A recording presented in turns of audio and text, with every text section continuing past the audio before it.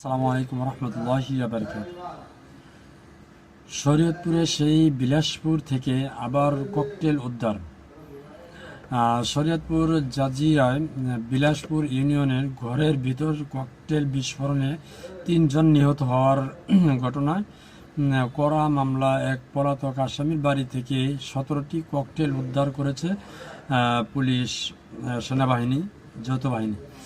গতকাল শনিবার ভোরে একই ইউনিয়নের মুলাই ব্যাপারীকান্দি এলাকায় একটি বাগান থেকে ককটেলগুলো উদ্ধার করা হয়।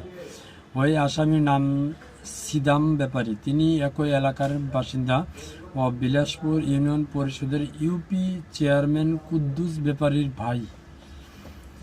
অর্থাৎ সব জায়গায় এরকম ককটেল অভিযান চালানো হচ্ছে।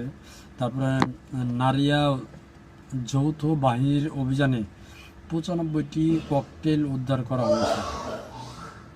কি যে নির্বাচনের সময় কি ঘটতে যাচ্ছে আল্লাহ তাআলা ভালো জানে।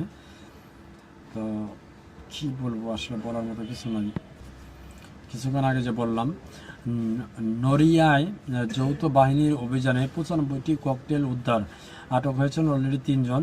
শরীয়তপুরে নড়িয়া উপজেলায় মুক্তারের চর ইউনিয়নের পুরাগাছা ইউনিয়নে এই ককটেলগুলো উদ্ধার করা হয়েছে। তো নির্বাচনকে ঘিরে অনেক বড় ধরনের নাশকতা করার বা নাশকতা হওয়ার আশঙ্কা কিন্তু এগুলো থেকে বোঝা যাচ্ছে।